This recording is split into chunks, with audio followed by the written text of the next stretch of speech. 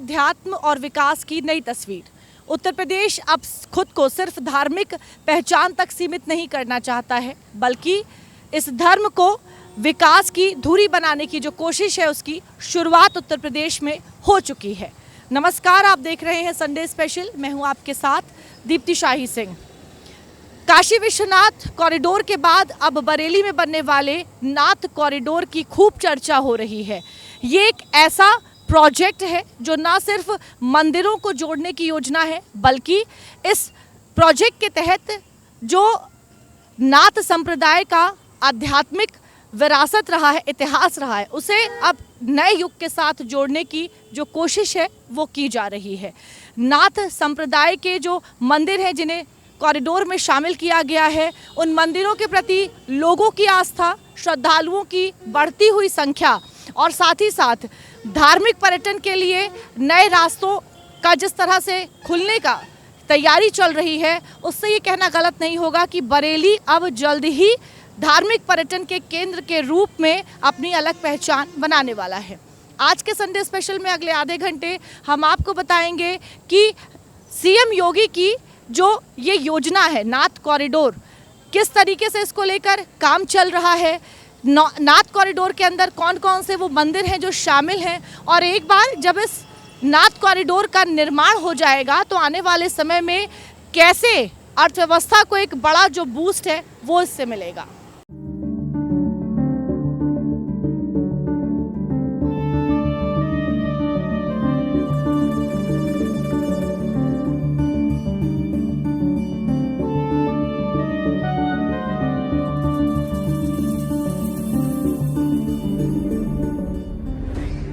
ये तस्वीरें उस बरेली की हैं जो प्रदेश की दो प्रमुख धार्मिक नगरियों अयोध्या और काशी से बहुत दूर है। अयोध्या से करीब 388 किलोमीटर और काशी से करीब 587 किलोमीटर दूर। लेकिन अब यही बरेली आने वाले समय में इन्हीं दोनों धार्मिक नगरियों की तर्ज पर विकसित होने जा रही है। दरअसल बरेली को नाथ नगरी के रूप में विकसित करने के लिए योगी सरकार ने यहाँ महत्वाकांक्षी नाथ कॉरिडोर परियोजना शुरू की है, जिसके तहत अब बरेली के अलग अलग क्षेत्रों में मौजूद प्राचीन नाथ मंदिरों को एक धार्मिक श्रृंखला के रूप में विकसित किया जा रहा है।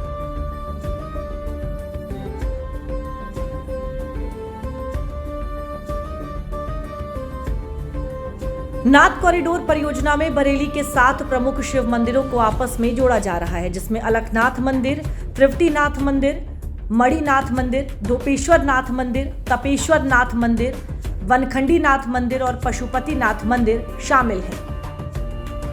योगी सरकार का मकसद है कि अब बरेली भी अयोध्या, काशी और मथुरा की तर्ज पर यूपी के प्रमुख धार्मिक पर्यटन हब के रूप में विकसित हो।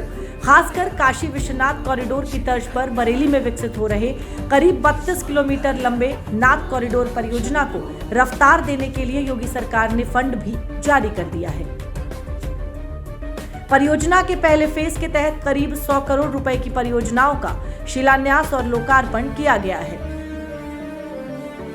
आज बरेली की धरती पर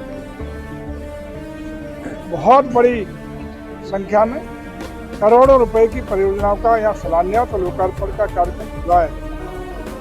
कुल मिलाकर यदि हम बात करें बरेली की, तो क्योंकि नाथ कॉरिडोर की धरती है, नाथ नगरी इसको कहा जाता है, तो जितने भी उस परंपरा से जुड़े हुए धार्मिक स्थल हैं उनको हम लोग पर्यटन अभिस्थापना सुविधा देकर के विकसित करने के लिए कुल मिलाकर के 98 करोड़ रुपए से ज़्यादा की योजनाओं को पूरी नाथ कॉरिडोर प्लस बरेली जनपद की योजनाओं को धरातल पर उतारते हुए काम कर रहे हैं। तमाम योजनाएं क्रियान्वित हुई हैं, तमाम योजनाएं संपूर्ण हुई हैं जिनका लोकार्पण हुआ है, तमाम योजनाएं आज शिलान्यासित हुई हैं, उनको भी अब कार्य शुरू हो जाएगा। दरअसल जिस बरेली की पहचान कभी झुमकों और सूफी तहजीब से होती थी, लेकिन अब योगी सरकार ने न सिर्फ उस बरेली की पहचान बदली है, बल्कि बरेली को वहां लाकर खड़ा कर दिया है, जहां बरेली अब प्रदेश के नए धार्मिक पर्यटन मानचित्र पर तेजी से अपनी मजबूत मौजूदगी दर्ज करा रहा है। यहाँ के मंदिरों में उमड़ती श्रद्धालुओं की भीड़ और बरेली में तेजी से चल रहे विकास कार्य इस बदलाव की कहानी खुद बयां कर रहे हैं। याद करिए, जब अच्छी सरकार आती है तो विकास और समृद्धि साथ लेकर के आती है। ये वही तो बरेली है 2017 के पहले हर तीसरे महीने जिसके साथ एक बड़े दंगे का दाग लगता था। बरेली दंगाग्रस्त जनपद बन गया था, लेकिन 2017 के बाद दंगा नहीं बल्कि आज नाथ कॉरिडोर बरेली की पहचान बन गई है। नाथ कॉरिडोर से बाबा अलखनाथ, बाबा त्रिवटीनाथ, बाबा बनखंडीनाथ, बाबा गोपेश्वरनाथ, बाबा तपेश्वरनाथ, बाबा मणिनाथ और बाबा पशुपतिनाथ मंदिर, ये जो कॉरिडोर आज डबल इंजन की सरकार बरेली के अंदर विकसित कर रही है, अब ये बरेली की पहचान बन रही है। दरअसल बरेली में हो रहे बदलाव सिर्फ आस्था तक सीमित नहीं है, बल्कि इसका असर उन सनातन परंपराओं से भी जुड़ा है जिनको कभी उतनी तवज्जो नहीं दी गई। मान्यता है कि बरेली में कुछ ऐसे मंदिर हैं जहां प्रभु भोलेनाथ के साक्षात दर्शन होते हैं। कहा जाता है कि बरेली के चारों ओर बने भगवान शिव के 7 प्राचीन मंदिरों का इतिहास महाभारत काल से भी पुराना है। यही कारण है कि सावन के महीने में यहाँ लाखों की तादाद में श्रद्धालु कावड़ लेकर बरेली के अलग अलग जगह पर भोलेनाथ का जलाभिषेक कर मनोकामना मानते हैं। अलखनाथ मंदिर जो बरेली में नैनीताल रोड पर स्थित है, इसका इतिहास 930 साल से ज्यादा पुराना बताया गया है। तृप्तिनाथ मंदिर का इतिहास लगभग 1474 ईस्वी का है। ये मंदिर 3 वट वृक्षों के नीचे स्वयंभू शिवलिंग प्रकट होने के कारण प्रसिद्ध है।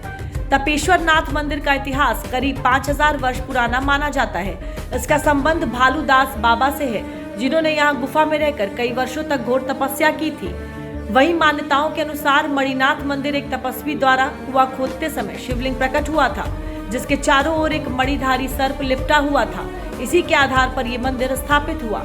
वहीं वनखंडी नाथ मंदिर का इतिहास महाभारत काल से है। मान्यता है कि द्रौपदी ने यहाँ कठोर तप किया था। दोपेश्वर नाथ मंदिर को भगवान शिव के प्रमुख सिद्धपीठों में से एक माना जाता है। इसके अलावा पशुपतिनाथ मंदिर सातों नाथ मंदिरों में सबसे नया है। इसका निर्माण 2003 में हुआ था, जो नेपाल के पशुपतिनाथ मंदिर जैसा है। तृप्तिनाथ मंदिर भी उन 7 मंदिरों में से एक मुख्य मंदिर है जो नाथ कॉरिडोर में जिसे शामिल किया गया और जिसको लेकर काम चल रहा है। इस समय मैं तृप्तिनाथ मंदिर में हूँ। यहाँ के जो मीडिया प्रभारी हैं संजीव अवतार अग्रवाल जी, वो मेरे साथ हैं। ज़रा नाथ कॉरिडोर को लेकर किस तरह से काम चल रहा है और जो प्रगति है वो अभी कहाँ तक हुई है, उसके बारे में जानकारी लेंगे। संजीव जी, ज़रा बताएं कि कॉरिडोर का जो काम है उसकी शुरुआत कब हुई थी? सर्वप्रथम तो मैं बरेली की नहीं, प्रदेश और सारे विश्व के हमारे सारे सनातनियों का अपने इस मंदिर में जो आप दर्शन कर पा रहे हैं, मैं स्वागत अभिनंदन करता हूँ। और मैं जो हमारे माननीय मुख्यमंत्री आदरणीय योगी आदित्यनाथ जी, उन्होंने जो परिकल्पना की है नाथ नगरी कॉरिडोर की, जिसके कारण बरेली में सारे भक्तों में उल्लास है, हर्ष है और जो कार्य हो रहे हैं वो अनुपम है। इसी कड़ी में हमारे मंदिर में जो हमारा रामकथा स्थल है वो शेडेड हो रहा है। लगभग 6.5 करोड़ रुपए उसके लिए सरकार ने दिए हैं और इसके साथ ही लगभग 2 करोड़ रुपए फसाद लाइट्स के लिए दिए हैं। साथ ही जो सातों नाथ हैं उनको आपस में कनेक्ट करने के लिए कॉरिडोर जो बनाया जा रहा है, उससे भी यहाँ के सारे भक्तगण प्रफुल्लित हैं और उससे जो कनेक्टिविटी होगी उससे सारे भक्तों को काफ़ी उनको अच्छा रहेगा। जी, ज़रा बताएं कि अभी जो ये काम है चल रहा है, लगभग कब तक पूरा होने की जो संभावना है वो बताई जाए। ये जो कार्य है, हमें पूरी उम्मीद है कि अगले वर्ष तक, फरवरी तक ये हो जाने की हमारी पूरी उम्मीद है। हालांकि जो सरकारी कहा गया है वो अक्टूबर सितंबर तक कहा गया है, लेकिन मैं समझता हूँ जनवरी तक ये कार्य पूर्ण हो जाए। अच्छा, क्या जो 7 मंदिर हैं नाथ कॉरिडोर में शामिल, क्या उन 7 मंदिरों का काम जो है लगभग एक ही समय में समाप्त होगा? जो सरकार का प्रयास है और जो हमें भी लगता है उसमें ऐसा प्रतीत होता है कि एक साथ ही सारा काम संपन्न होगा। नाथ कॉरिडोर का जिस तरीके से निर्माण चल रहा है, कहा जा रहा है कि अगले साल तक इस मंदिर की खास तौर से बात करें तो यहाँ का जो सौंदर्यीकरण का काम है वो लगभग पूरा हो जाएगा। इस कॉरिडोर को लेकर जो तमाम श्रद्धालु हैं, बरेली के लोगों की बात करें या मंदिर ट्रस्ट के लोगों की बात करें, सभी उत्साहित हैं, क्योंकि एक बार जब इसका निर्माण पूरा हो जाएगा तो यहाँ पर श्रद्धालुओं की संख्या भी बढ़ेगी और साथ ही साथ जो तमाम श्रद्धालु यहाँ पर आते हैं उनके लिए जो व्यवस्थाएं हैं वो भी और बेहतर किया जा रहा है। और कहीं ना कहीं जो अर्थव्यवस्था है उसको भी एक बड़ा जो बूस्ट है उसकी बात कही जा रही है, वो यहाँ पर सीधे तौर पर दिखाई देगा। योगी सरकार की महत्वाकांक्षी नाथ कॉरिडोर परियोजना का मकसद बरेली को सिर्फ धार्मिक पर्यटन के रूप में बढ़ावा देना ही नहीं, बल्कि इसके सहारे योगी सरकार प्रदेश की अर्थव्यवस्था को रफ्तार भी देना चाहती है। पर्यटन विभाग के आंकड़े बताते हैं कि प्रदेश सरकार की धार्मिक पर्यटन नीति का असर अब जमीन पर साफ दिखाई देने लगा है। वर्ष 2023 में बरेली में 81 लाख से ज्यादा घरेलू पर्यटक पहुंचे थे, जो 2024 में बढ़कर करीब 99 लाख हो गए। वहीं 2025 में 1 करोड़ से ज्यादा घरेलू श्रद्धालु और पर्यटक बरेली पहुंचे। वही बात अगर विदेशी पर्यटकों की करें तो बरेली में विदेशी पर्यटकों की संख्या में भी लगातार वृद्धि हुई है। वर्ष 2023 में जहां 911 विदेशी पर्यटक आए थे, वहीं 2025 में ये संख्या बढ़कर 1056 तक पहुंच गई। दरअसल योगी सरकार की कोशिश है कि धार्मिक आस्था, पर्यटन और स्थानीय अर्थव्यवस्था को एक साथ जोड़कर प्रदेश की तस्वीर बदली जाए और बरेली अब उसी मॉडल का अगला बड़ा उदाहरण बनता दिखाई दे रहा है। आज बरेली को न सिर्फ अंतर्राष्ट्रीय धार्मिक पर्यटन मानचित्र में नई पहचान मिल रही है, बल्कि प्रदेश में आने वाले घरेलू और विदेशी पर्यटकों से प्रदेश को आर्थिक रफ्तार भी मिल रही है। यूपी में जब से भव्य राम मंदिर और काशी विश्वनाथ कॉरिडोर बनकर तैयार हुआ है, तब से ही प्रदेश में आने वाले श्रद्धालुओं की संख्या में रिकॉर्ड तोड़ इजाफा हुआ है। अयोध्या में प्रभु श्री राम का मंदिर बन जाने के बाद यहां 2024 में 13.77 करोड़ से अधिक दर्शनार्थी आए, जो ताजमहल के पर्यटकों से अधिक है। 2025 के पहले 6 महीने में ही 23 करोड़ पर्यटक पहुंचे, जो यूपी की इकोनॉमी के साथ साथ अयोध्या की जीडीपी बढ़ाने में भी अहम योगदान दे रहे हैं। साल 2025 में अयोध्या की जीडीपी बढ़कर लगभग 10,207 करोड़ रुपए हो गई, जो राज्य की जीडीपी में अकेले 1.5% का योगदान है। यही नहीं, राम मंदिर के निर्माण के बाद रामनगरी में श्रद्धालुओं का ऐसा प्रवाह शुरू हुआ जिसने अयोध्या के साथ साथ पूरे प्रदेश की अर्थव्यवस्था का स्वरूप ही बदल दिया। अयोध्या में आने वाले श्रद्धालुओं के सैलाब ने शहर की अर्थव्यवस्था को लंबी छलांग दी। पर्यटन राजस्व 2025 में 4 लाख करोड़ रुपए के आसपास रहा। छोटे व्यापारियों की कमाई में वृद्धि हुई, जैसे पूजा सामग्री बेचने वाले दैनिक 300-400 रुपए से 2,500 रुपए कमा रहे हैं, जबकि प्रसाद विक्रेता 1,500 से 2,000 रुपए प्रतिदिन कमा रहे हैं। 2019 में भूमि पूजन के बाद से अब तक अयोध्या में करीब 2,000 होम स्टे खुल चुके हैं। वहीं राम मंदिर के उद्घाटन के बाद से अयोध्या में करीब 76 से अधिक नए होटल खुले हैं। त्योहारों के दौरान होटल ऑक्यूपेंसी 100% तक पहुंच जाती है। अयोध्या के साथ ही वाराणसी ने भी यूपी की अर्थव्यवस्था में 4 चांद लगाया है। दिसंबर 2021 में जब पीएम मोदी ने काशी विश्वनाथ धाम गलियारे का लोकार्पण किया था, तब से काशी विश्वनाथ धाम का और भी कायाकल्प हुआ है। कॉरिडोर बनने के बाद रिकॉर्ड संख्या में श्रद्धालु काशी पहुंचे।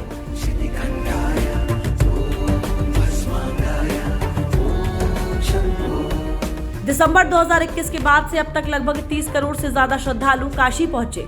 इससे राज्य की अर्थव्यवस्था को 1.25 लाख करोड़ रुपए से ज्यादा का बूस्टअप डोज मिला है। इसके अलावा काशी विश्वनाथ कॉरिडोर के निर्माण से काशी की छवि भी बदली है। काशी में होटल, लॉन्ज और रेस्टोरेंट की संख्या में इजाफा हुआ। बनारसी साड़ी उद्योग, हस्तशिल्प और ट्रैवल सेक्टर में सकारात्मक बदलाव आया। नाविकों, पुजारियों और ठेले वालों को बड़े पैमाने पर रोजगार के अवसर प्राप्त हुए। यानी जिस तरह से डबल इंजन सरकार ने अयोध्या और काशी का कायाकल्प कर वहां से रिकॉर्ड तोड़ रेवेन्यू जनरेट किया है, वैसे ही कुछ प्लान योगी सरकार का बरेली में भी है। सरकार का मानना है कि जब भी कोई श्रद्धालु अयोध्या और काशी आएगा तो उसमें से ज्यादातर आस्थावान बरेली के नाथ मंदिरों के दर्शन करने जरूर जाएंगे।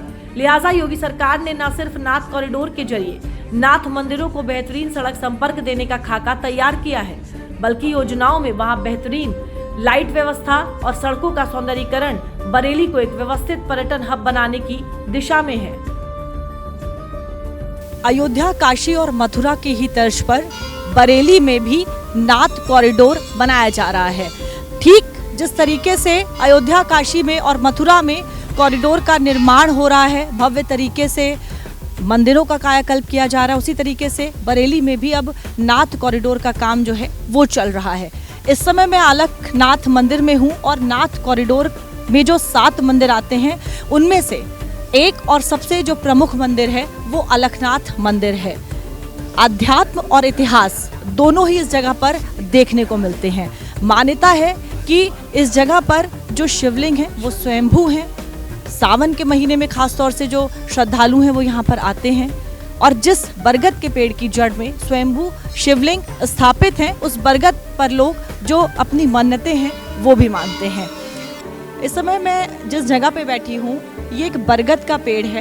ये जड़ आप देख सकते हैं दोनों तरफ से, और अंदर जो शिवलिंग आपको दिखाई दे रहे हैं, कहते हैं ये स्वयंभू हैं, यानी खुद से यहाँ पर प्रकट हुए हैं। इस जगह की मान्यता भी खूब है।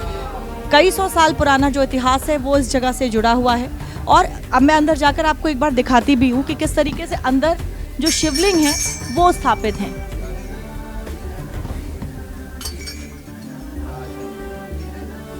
देखिए ये जो शिवलिंग आप देख रहे हैं ये स्वयंभू शिवलिंग है, अद्भुत है। जिस तरीके से इसके ऊपर बरगद का पेड़ है और कहा जाता है कि बरगद के पेड़ की जड़ों से ये स्वयंभू शिवलिंग खुद से यहाँ पर अवतरित हुए और आज भी लोग यहाँ पर आते हैं। अपनी मान्यताएं हैं लोगों की जुड़ी हुई, खास तौर से सावन के समय, सावन के महीने में शिव भक्त यहाँ पर बड़ी संख्या में आते हैं।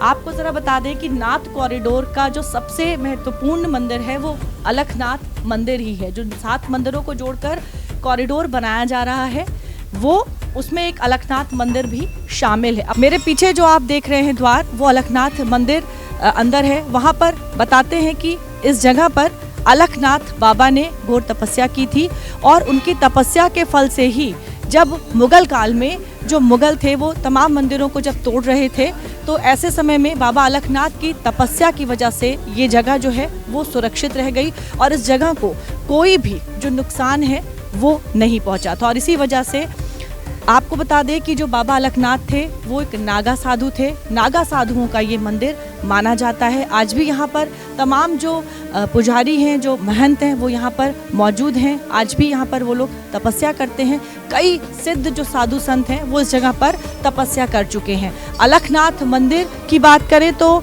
यहाँ से जुड़ी हुई तमाम जो मान्यताएं हैं वो हैं और यही वजह है कि यहाँ पर सिर्फ देश से नहीं बल्कि दुनिया से जो लोग हैं, दुनिया के कई देशों से लोग यहाँ पर अपनी फरियाद लेकर, अपनी मन्नत लेकर आते हैं और स्वयंभू शिवलिंग की जो पूजा अर्चना है वो करते हैं।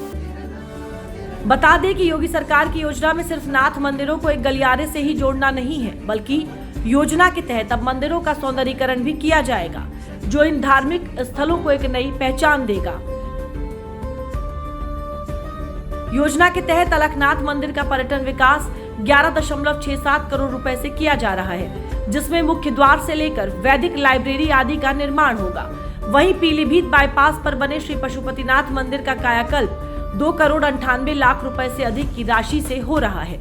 इसके अलावा नाथ कॉरिडोर के अहम स्थल श्री तुलसी मठ के पर्यटन विकास पर प्रदेश सरकार की ओर से 9.71 करोड़ रुपए खर्च होंगे। इसी तरह श्री मणिनाथ मंदिर का भी पर्यटन विकास किया जा रहा है।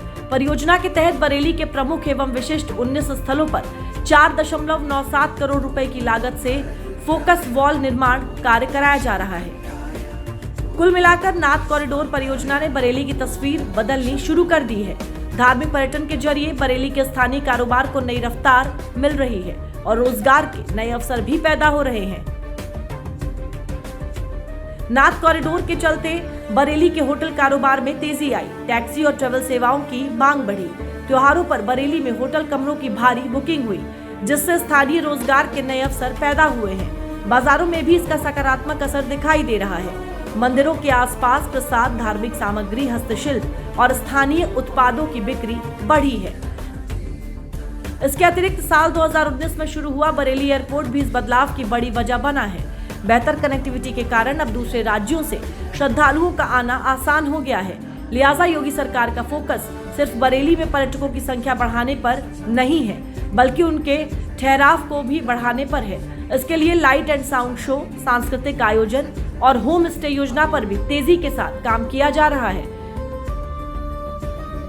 पर्यटन विभाग के मुताबिक जनवरी से मार्च और सितंबर से दिसंबर के बीच बरेली में सबसे ज्यादा पर्यटक पहुंचते हैं। जनवरी 2023 में 6.20 लाख भारतीय पर्यटक, जनवरी 2024 में 7.05 लाख और जनवरी 2025 में 7.76 लाख भारतीय पर्यटक बरेली पहुंचे।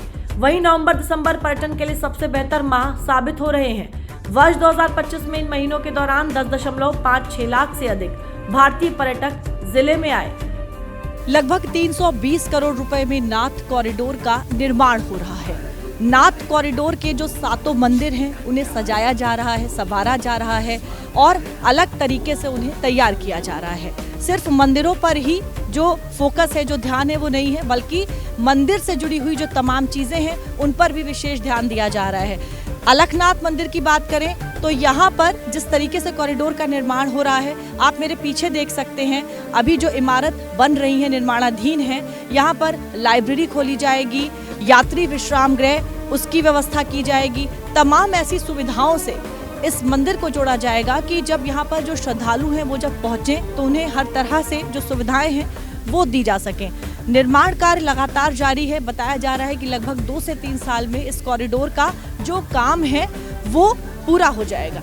यानी कि एक तरफ तो इतिहास और आध्यात्म है, लेकिन वहीं दूसरी ओर अर्थव्यवस्था पर भी फोकस किया जा रहा है। एक तरफ मंदिरों का निर्माण कराया जा रहा है, उनका सौंदर्यीकरण का जो काम है वो हो रहा है और साथ ही साथ अर्थव्यवस्था को मजबूत करने के लिए तमाम तरह की जो सुविधाएं हैं वो इन मंदिरों में दी जा रही हैं। बरेली में विकसित हो रहे भव्य नाथ कॉरिडोर की परिकल्पना का श्रेय वहां के अधिकारियों को जाता है। दरअसल बरेली के अधिकारियों ने वीरान पड़े नाथ मंदिरों को पर्यटन का हब बनाने की दिशा में एक प्रोजेक्ट तैयार किया और प्रोजेक्ट सीएम योगी को दिखाया, जो सीएम योगी को काफी पसंद आया और उन्होंने प्रोजेक्ट को हरी झंडी दे दी। आज वही प्रोजेक्ट शहर के विकास में नई पटकथा लिख रहा है। आस्था, अध्यात्म और विकास। बरेली अब धार्मिक पर्यटन के तौर पे उत्तर प्रदेश में नई पहचान बनाने वाला है।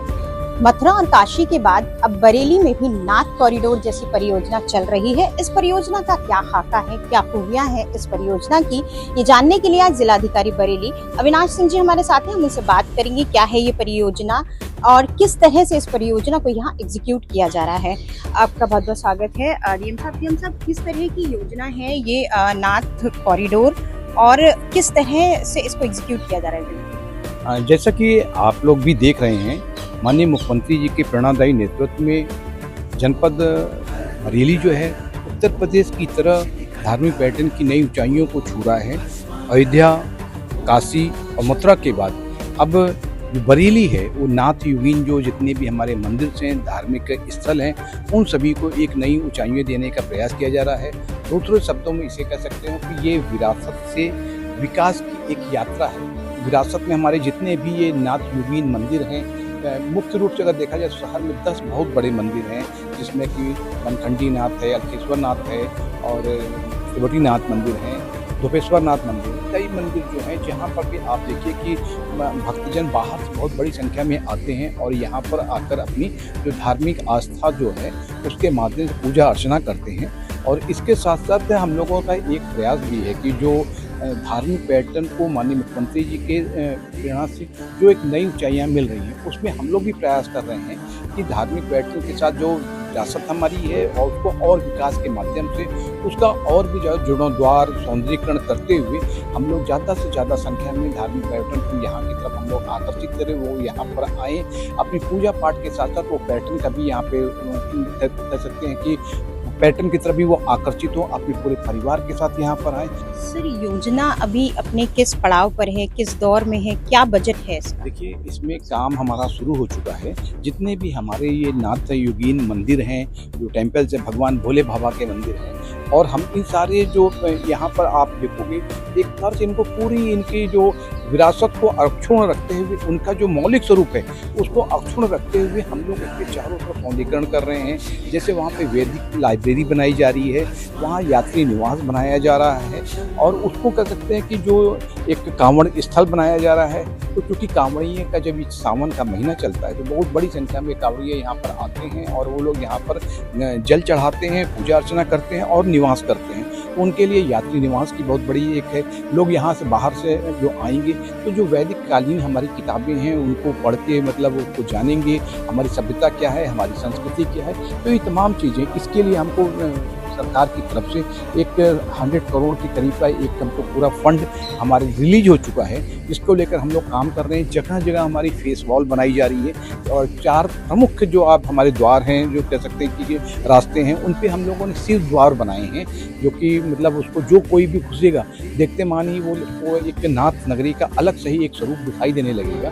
तो एक कंप्लीट कह सकते हैं कि जैसे सिटी में घुसा फिर जैसे जैसे मंदिर के पास जाएगा, जो एक हमारे जहाँ उसके ठहरने की व्यवस्था हो रही है, उन सभी लोगों को हम लोग जो है एक विरासत के साथ विकास को भी जोड़ते हुए आगे बढ़ रहे हैं। और निश्चित रूप से इससे बरेली की जो एक आर्थिक इकोनॉमिक्स है उसमें बहुत बड़ा असर पड़ा है पिछली बार की तुलना में। इस बार जो लगभग आप बताएं पूरे साल भर में 1 करोड़ से ज़्यादा यहाँ पर पर्यटक आए हैं। निश्चित रूप से उनके पर्यटकों के आने से क्योंकि बहुत बड़ी जो अपना वो पैसा जो है कह सकते हैं कि जो आर्थिक रूप से यहाँ पर जो खर्च करते हैं उससे यहाँ की आर्थिकी को बहुत बड़ा एक सपोर्ट मिल रहा है।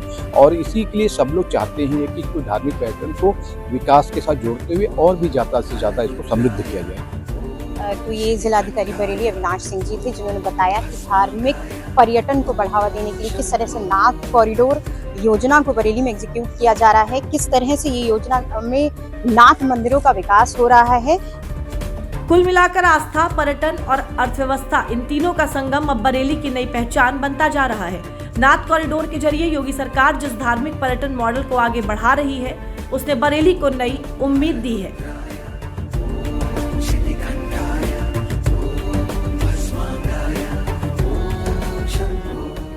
बरेली शहर में नाथ कॉरिडोर का काम लगातार जारी है। बताया जा रहा है कि 2 से 3 साल में नाथ कॉरिडोर का जो पूरा काम है वो खत्म हो जाएगा।